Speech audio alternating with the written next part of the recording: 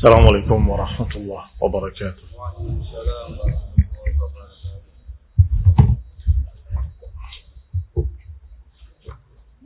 إن الحمد لله نحمده ونستعينه ونستغفره ونعوذ بالله من شرور أنفسنا ومن سيئات أعمالنا من يهده الله فلا مضل له ومن يضلل فلا هادي له وأشهد أن لا إله إلا الله وحده لا شريك له وأشهد أن محمدا عبده ورسوله صلى الله عليه وعلى آله وأصحابه والتابعين وتابع التابعين ومن تبعهم بإحسان إلى يوم الدين.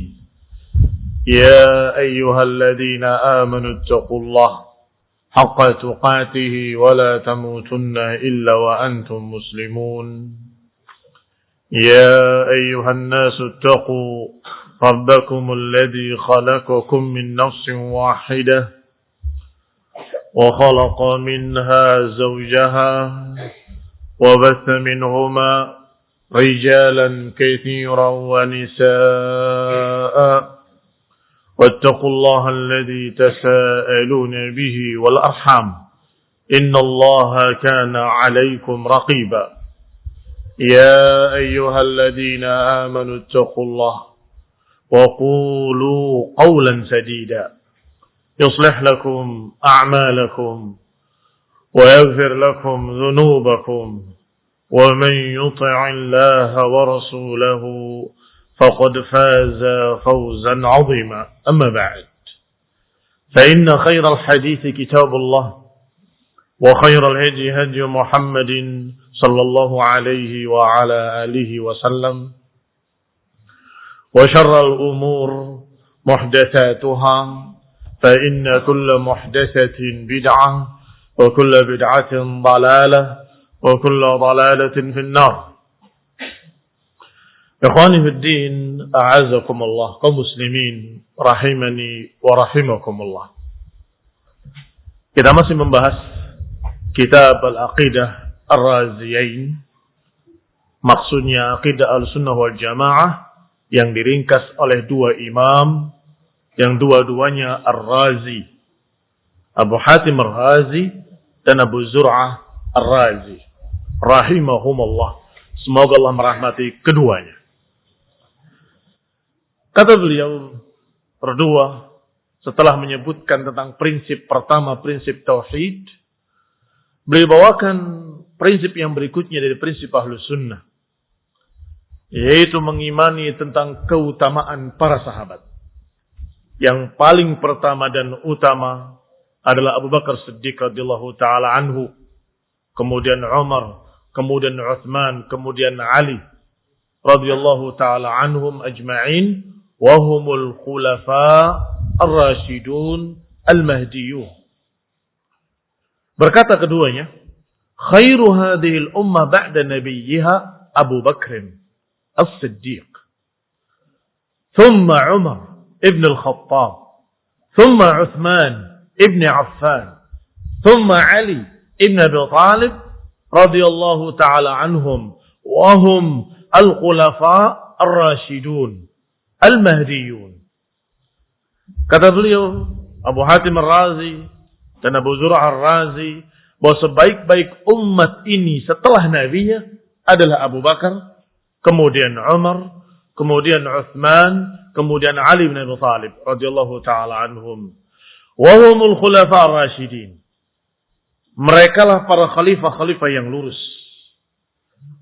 Al-mahdiyun, yang mendapatkan bimbingan hidayah. Dan sudah kita sebutkan apa maksud dari ucapan beliau-beliau tersebut. Yang dimaksud isyarat kepada hadis Nabi, alaikum bisunnati wa sunnatil khulafa ar-rasyidin al-mahdiyin. Kata Nabi SAW, atas kalian untuk berpegang dengan sunnahku dan sunnahnya para khalifah-khalifah yang lurus, yang mahdiyun, yang mendapatkan hidayah. Ternyata para imam Ahlus Sunnah menyatakan Khulafaur Rasyidun adalah Abu Bakar wa Umar wa Utsman wa Ali radhiyallahu taala anhum. Alhamdulillah sudah kita baca tentang keutamaan Abu Bakar As-Siddiq radhiyallahu taala anhu wa ardhahu. Kita baca selanjutnya di dalam syarahnya dari Syekh Rabi' hafizahullahu taala wa ra'ah. Qala thumma talahu Umar. Kemudian yang berikutnya adalah Umar. Fil futuhati wa nashril Islam. Di mana beliau berjuang menegakkan dakwah tauhid, dakwah sunnah dan berjihad fi sabilillah, membuka negeri-negeri. Itu disebut dengan futuhat. Ikhwani fi din, a'azakumullah. Umar bin Khattab yang kana syadidan 'ala al-Islam wa lam yuslim, yang tadinya keras terhadap Islam dan tidak mau masuk Islam kecuali setelah tahun ke-5 Hijriyah. Ternyata ketika masuk Islam mengalahkan yang lainnya dalam keislamannya. Sampai-sampai dikatakan oleh Abdullah bin Mas'ud radhiyallahu taala anhu, "Ma zilna a'izza'a mundu aslama Umar." Sungguh kami dalam keadaan mulia sejak masuk Islamnya Umar. Kami yakni muslimin yang tadinya dikucilkan, dimusuhi, diusir, dilecehkan ila akhirih. Tetapi ketika masuk Islamnya Umar, jadi mulia. Jadi a'izzah. Karena Umar bin Khattab radhiyallahu ta'ala anhu adalah tokoh dari tokoh-tokoh pembesar Quraisy. Sehingga Rasulullah SAW pernah berdoa, Allahumma a'izza al-Islam bi ahadil umarain. Ya Allah, muliakanlah Islam ini dengan salah satu dari dua Umar. Ini dua-duanya masih kafir. Yaitu Umar bin Khattab dan Amr bin Hisham. Amr bin Hisham adalah Abu Jahal. Rasulullah SAW berharap kalau tokoh-tokoh besar itu masuk Islam. Ya Allah, muliakanlah Islam bi ahadil umarain, dengan salah satu dari dua Umar. Ternyata yang Allah pilih adalah Umar bin Khattab radhiyallahu ta'ala. Maka mereka yang tadinya berani melecehkan Islam jadi takut. Yang tadinya berani untuk memusuhi kaum muslimin mulai takut. Karena ada Umar di sana.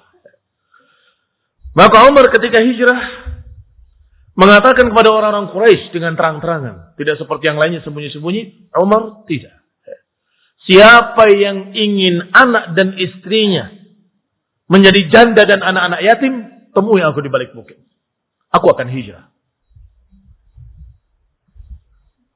Tentunya nggak ada satupun yang menghalangi Umar. Ikhwan fillah a'azakumullah, karena mereka takut kepada beliau, jagoan Quraisy radhiyallahu taala anhu.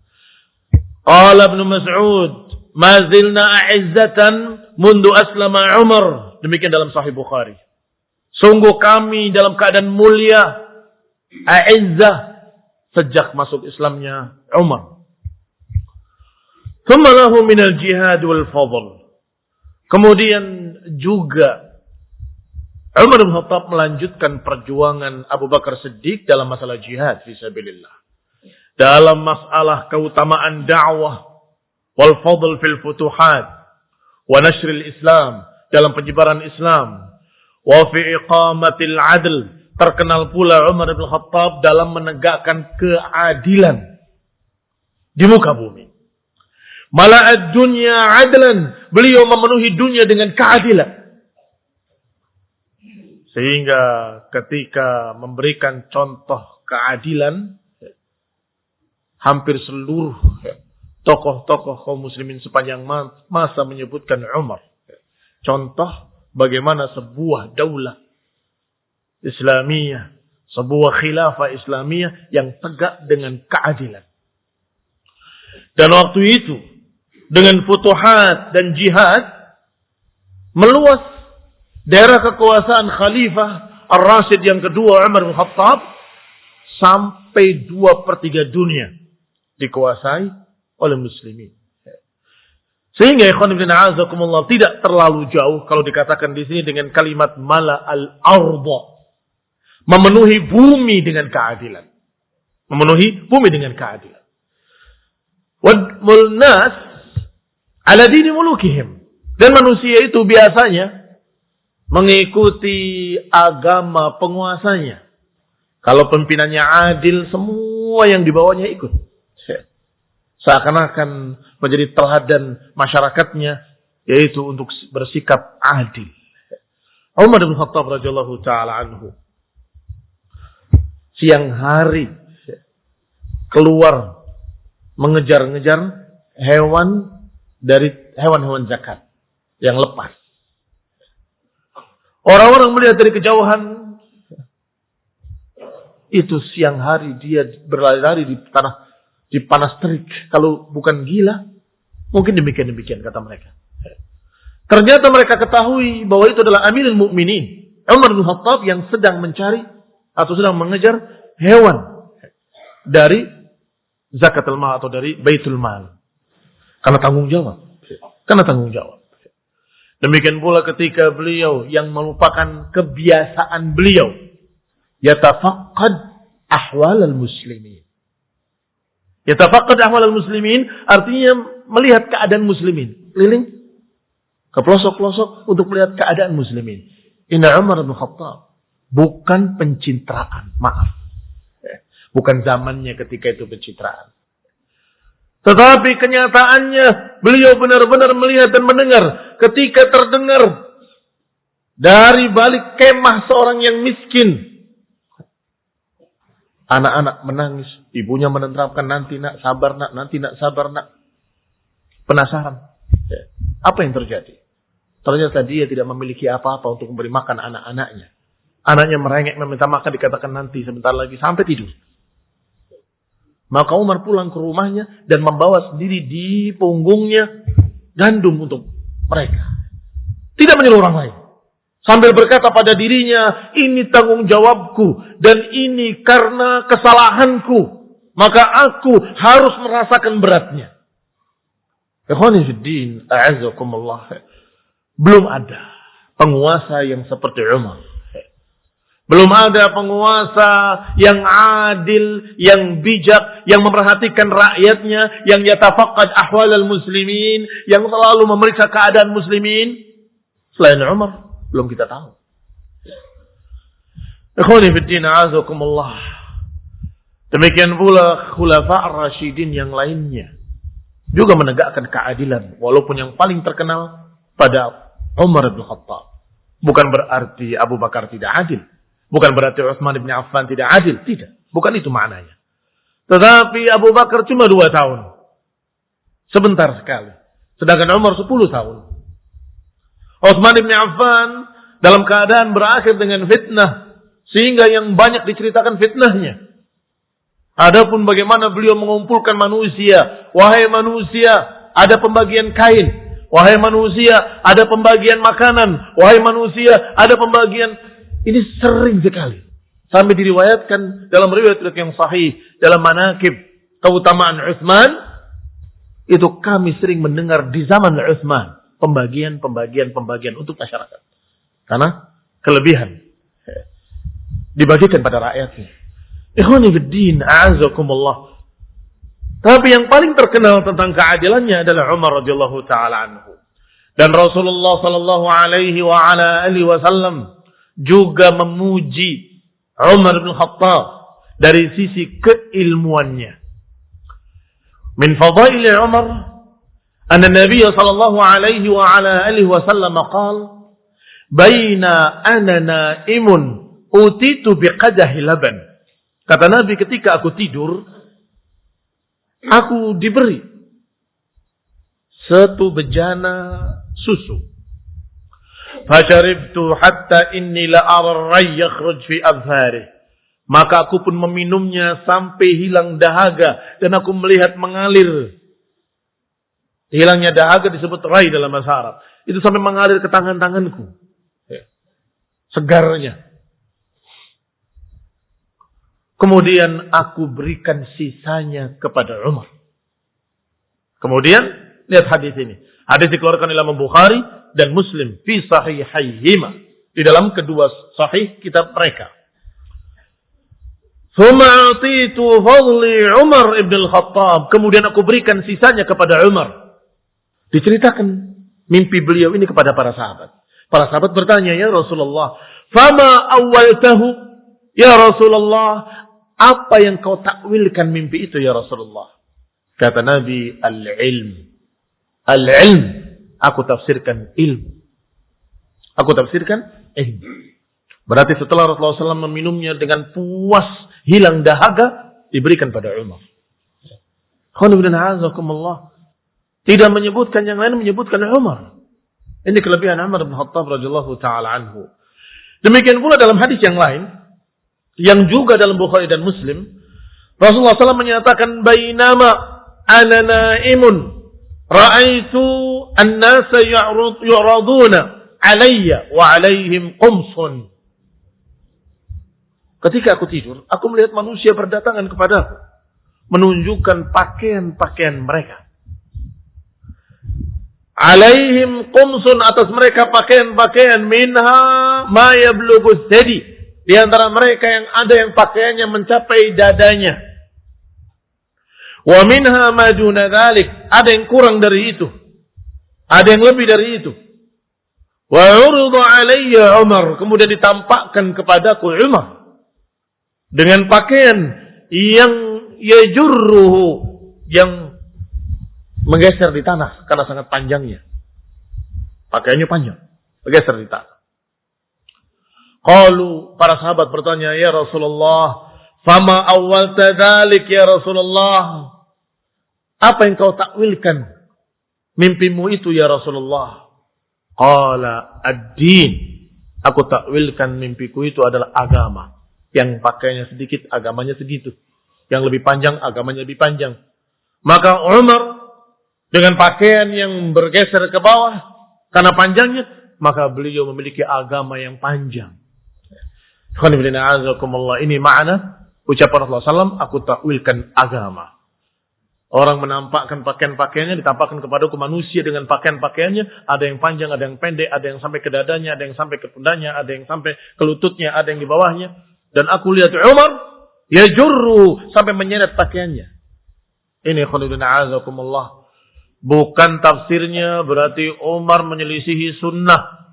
Karena sunnahnya di atas mata kaki, dia menyeret-nyeret kepanjangan. Isbal, berarti jelek bagi Umar. Lah, itu tafsir yang salah. Rasulullah SAW menafsirkan sendiri dalam hadis yang sahih, dalam Sahih Bukhari dan juga dalam Sahih Muslim, bahwa ana awwaltuhu ad-din. Aku takwilkan maknanya adalah agama. Pakaian tadi agama. Khonifuddin a'azakumullah. Abu Bakar Siddiq radhiyallahu taala anhu dan juga Umar radhiyallahu taala anhu dan juga Utsman memiliki keutamaan-keutamaan yang seringkali dibarengkan bersama-sama oleh Rasulullah SAW. Seperti ketika beliau menyebutkan dengan beberapa berita yang seperti ini, yang mimpi, dikatakan turun dari langit dalwun, seember air. Aku mengambilnya, kemudian diikuti oleh Abu Bakar, kemudian diikuti oleh Umar. Fama ra'aitu abqariyan, dan aku tidak melihat seorang abqari, disebutkan dengan abqari. Makna abqari itu jenius. Orang yang jenius, yang meminum dari ember tadi lebih bagus, lebih banyak dari Umar. Aku enggak pernah melihat yang seperti itu. Dipuji Umar. Tetapi diurutkan Abu Bakar, Umar, Utsman. Demikian pula ketika dalam keadaan jaga, bukan mimpi. Dalam keadaan jaga, Rasulullah SAW duduk di salah satu sumur-sumur kaum Ansar. Di kebunnya. Dan jangan dibayangkan sumur itu seperti sumur kita. Yang kecil dan panjang ke bawah, begitu tidak. Tetapi seperti tempat air atau seperti sumber air, begitu saja. Rasulullah duduk dan memasukkan kedua kakinya ke dalam air.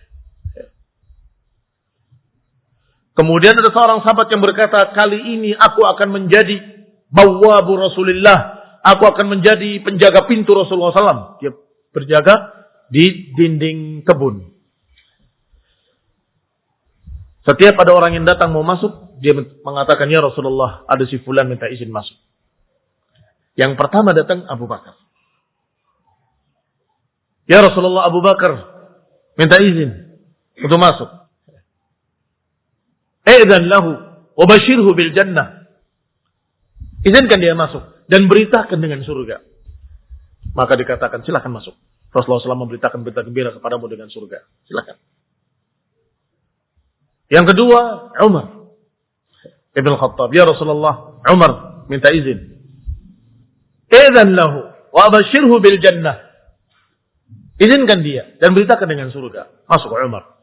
Rasulullah SAW, Abu Bakar di kanannya duduk, kemudian Umar duduk di kirinya. Dan semua memasukkan kakinya ke dalam air. Tsumma jaa Utsman. Kemudian datang Utsman. Dan berkata, minta izin untuk masuk. Ya Rasulullah, Utsman ibn Affan minta izin untuk masuk. Qala i'dzan lahu wa basyirhu bil jannah ma fitnatin asabahu. Atau kama qala sallallahu. Sampaikan kepadanya, izinkan dia masuk dan sampaikan kepadanya berita gembira dengan surga setelah fitnah yang menimpanya. Demikian disebut kalau Nabi dengan fitnah yang telah menimpanya. Maka datang Utsman duduk di seberang dari sumur menghadap Rasulullah sallallahu alaihi wasallam. Sampai penjaga pintu tadi berkata radhiyallahu taala anhu, semoga saudaraku datang, semoga saudaraku datang, semoga saudaraku datang. Mengapa? Mengharapkan kalau saudaranya datang, ya Rasulullah, si fulan minta izin untuk masuk. Idzan lahu wa basyirhu bil jannah, beritakan dengan surga. Tetapi qaddar Allah yang disebutkan 3 orang saja. Abu Bakar, wa Umar, wa Utsman. Kata para ulama, kalau aku memahaminya, salah satu dari ulama, kalau aku memahaminya, tempat duduk mereka itu adalah kuburannya. Rasulullah SAW kuburannya berdampingan dengan Abu Bakar wa Umar. Sedangkan Utsman di Baqi', terpisah, tidak duduk bersama Rasulullah sallallahu alaihi wa ala alihi wasallam. Yang ketiga adalah Utsman bin Affan radhiyallahu taala anhu yang dikenal bagaimana malaikat malu kepadanya. Ketika Rasulullah SAW sedang santai di rumahnya, tersingkap dalam riwayat betisnya, dalam riwayat pahanya. Wallahu ta'ala alam. Datang Abu Bakar, beliau masih tetap dalam posisinya. Datang Umar, dia masih tetap dalam posisinya. Begitu datang Utsman, beliau memperbaiki duduknya, memperbaiki pakaiannya. Kemudian, ahlan wa sahlan, persilakan Utsman untuk masuk. Aisyah radhiyallahu ta'ala anha memperhatikan keadaan tersebut. Ya Rasulullah, tadi ketika Umar masuk, ketika Abu Bakar masuk, engkau masih tetap dalam posisimu. Tetapi ketika Utsman, engkau memperbaiki dudukmu dan memperbaiki pakaianmu. Dia jawab, afala astahi mimman istaha minhul malaikah? Apakah aku tidak malu kepada seorang yang malaikat pun malu kepadanya? Ini Utsman ibn Affan radhiyallahu taala anhu. Ikhwani fid din, a'azzakumullah. Kaum muslimin rahimani wa rahimakumullah. Termasuk keutamaan Utsman ibn Affan bahwa Rasulullah SAW pernah berkata dalam satu musim paceklik, kekurangan sandang dan pangan, man yashtari bi'r ma'unah atau bi'r rumah yaj'alu fiha dalwuhu ma'a dala'il muslimin bi khairin lahu minha fil jannah, niscaya akan diberikan yang lebih baik daripadanya dalam jannah. Maka Utsman membeli sumur tersebut. Karena sumur itu dikuasai oleh mereka yang tidak memberikan kepada kaum muslimin. Tidak boleh mengambilnya kecuali dengan dibayar. Maka dibeli oleh Utsman sumurnya. dan dijadikan sumur muslimin dan dipakai oleh kaum muslimin terus dikatakan wallahu ta'ala alam sampai hari ini. Kaum muslimin rahimani wa rahimakumullah. Fashtarahu fakhutta bihadzal wa'd.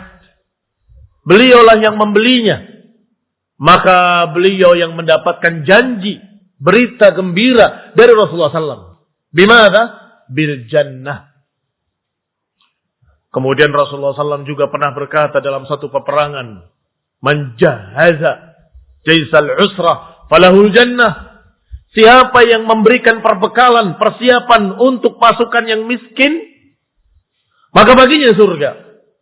Maka Utsman juga yang memberikan separuh pasukan, dibiayai oleh Utsman seluruhnya radhiyallahu taala anhu. Fayastahiqu hadzal wa'd. Maka tentunya beliau pun mendapatkan apa yang dijanjikan oleh Rasulullah sallallahu alaihi wa ala alihi wasallam. Wa fi jaisil usrati qala. Dan tentang tentara yang miskin, Rasulullah SAW berkata, man yujahhizul jais.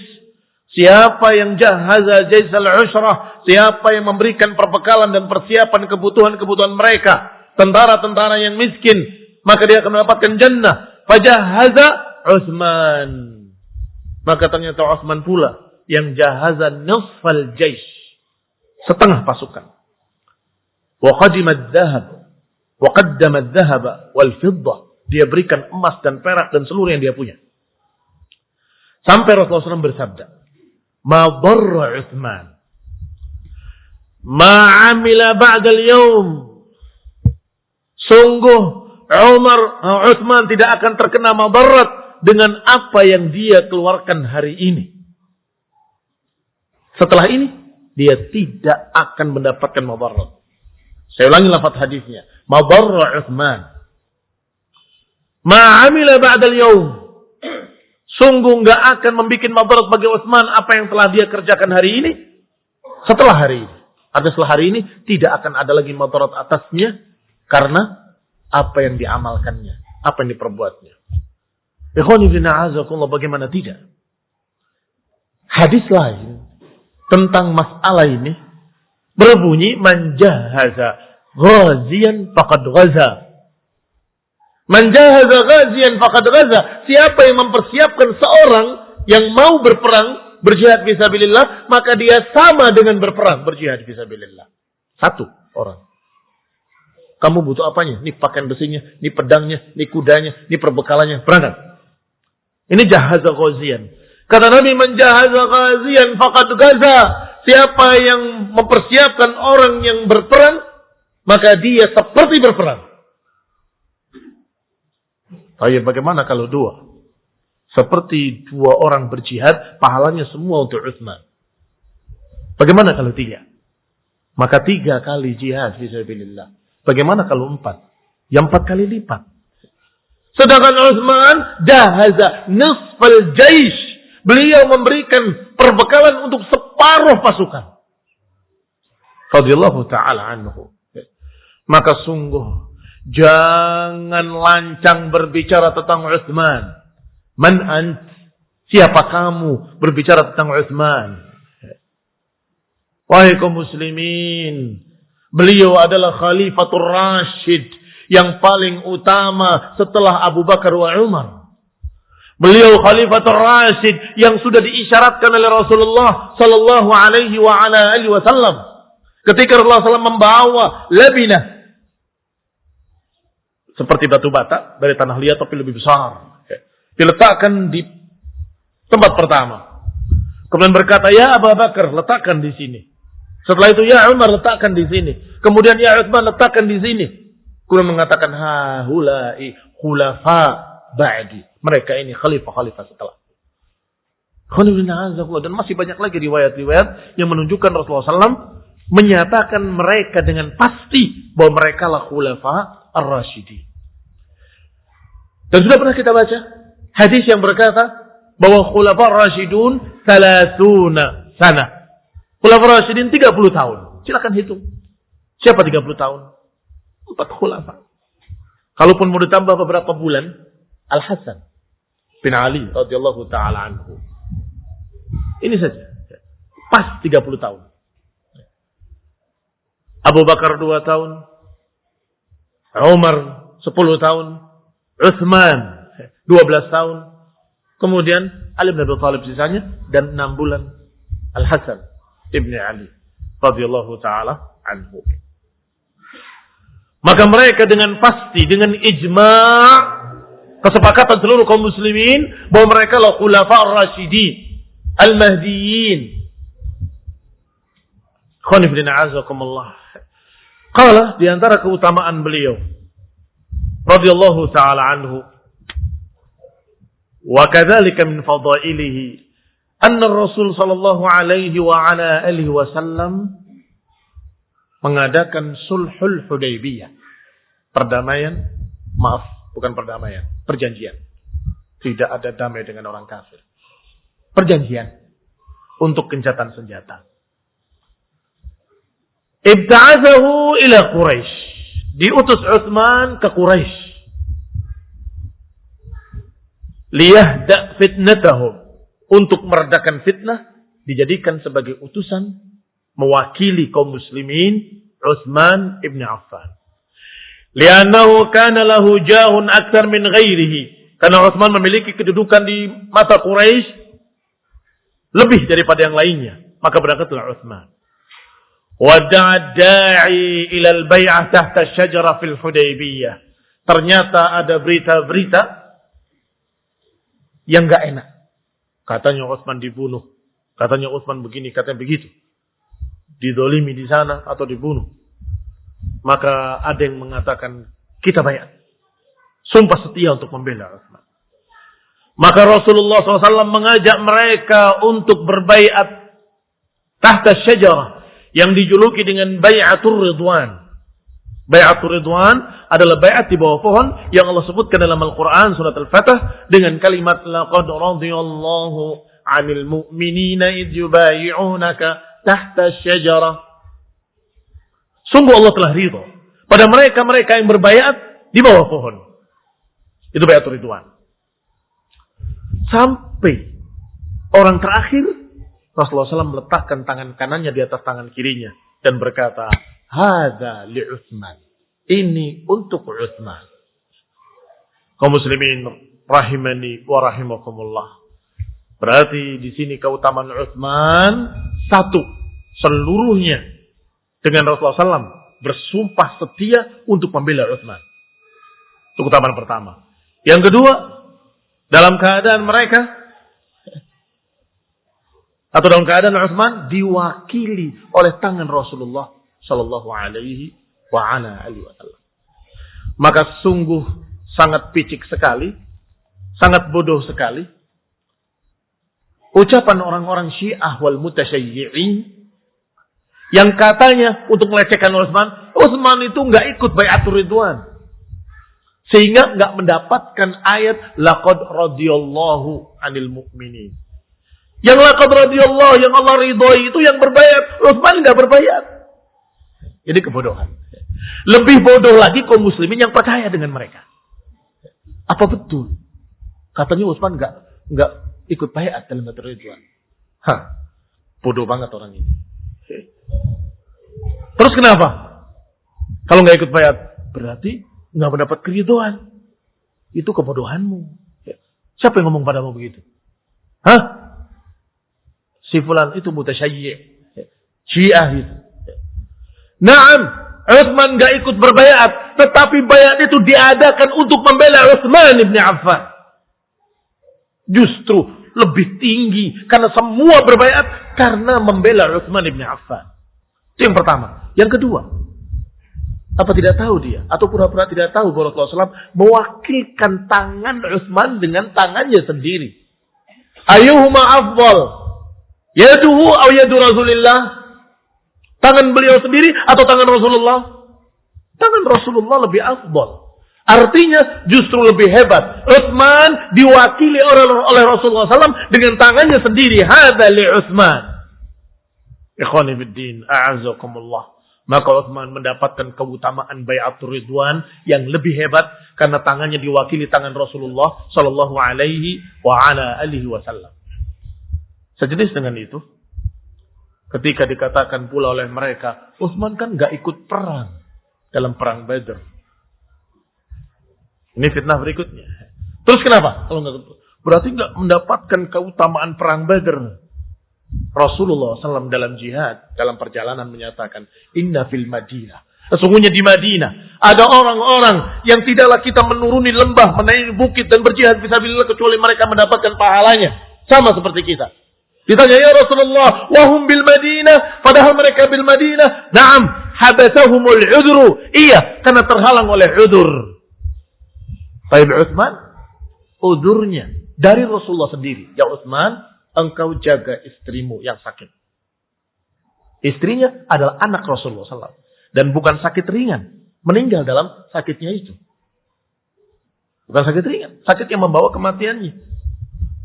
Istrinya adalah binti Rasulullah Sallallahu Alaihi Wasallam. Maka terkena hadis tadi. Tidaklah kita menuruni lembah, menaiki bukit, kecuali mereka mendapatkan pahalanya. Para sahabat heran, ya Rasulullah, wahum bil Madinah. Padahal mereka di Madinah enggak ikut bersama kita. Iya. Habasahumul udhru, terhalang oleh udhur. Maka Utsman mendapatkan keutamaan perang Badar sebagaimana yang lainnya karena Rasulullah SAW yang menyuruhnya. Itu tidak berangkat. Baik. Apalagi syubhat mereka tentang Utsman? Alhamdulillah terbantah semuanya. Termasuk syubhat para Khawarij. Syubhat para Khawarij itu dimulai oleh tokoh mereka Said Qutb dan lain-lainnya yang menyatakan Utsman terbawa oleh sukunya untuk begini dan begitu, sehingga kata Said Qutb di dalam Keadilan Sosial dalam Islam dalam bukunya menyatakan bahwasanya pemberontak Khawarij itu lebih dekat pada Islam daripada sikap Utsman. Itu tersebut di buku itu. Wa hadza kadzibun wa iftira. Ini kedustaan. Jelas Utsman sikapnya lebih mulia dan lebih utama daripada Khawarij. Itu yang disebutkan oleh Nabi SAW.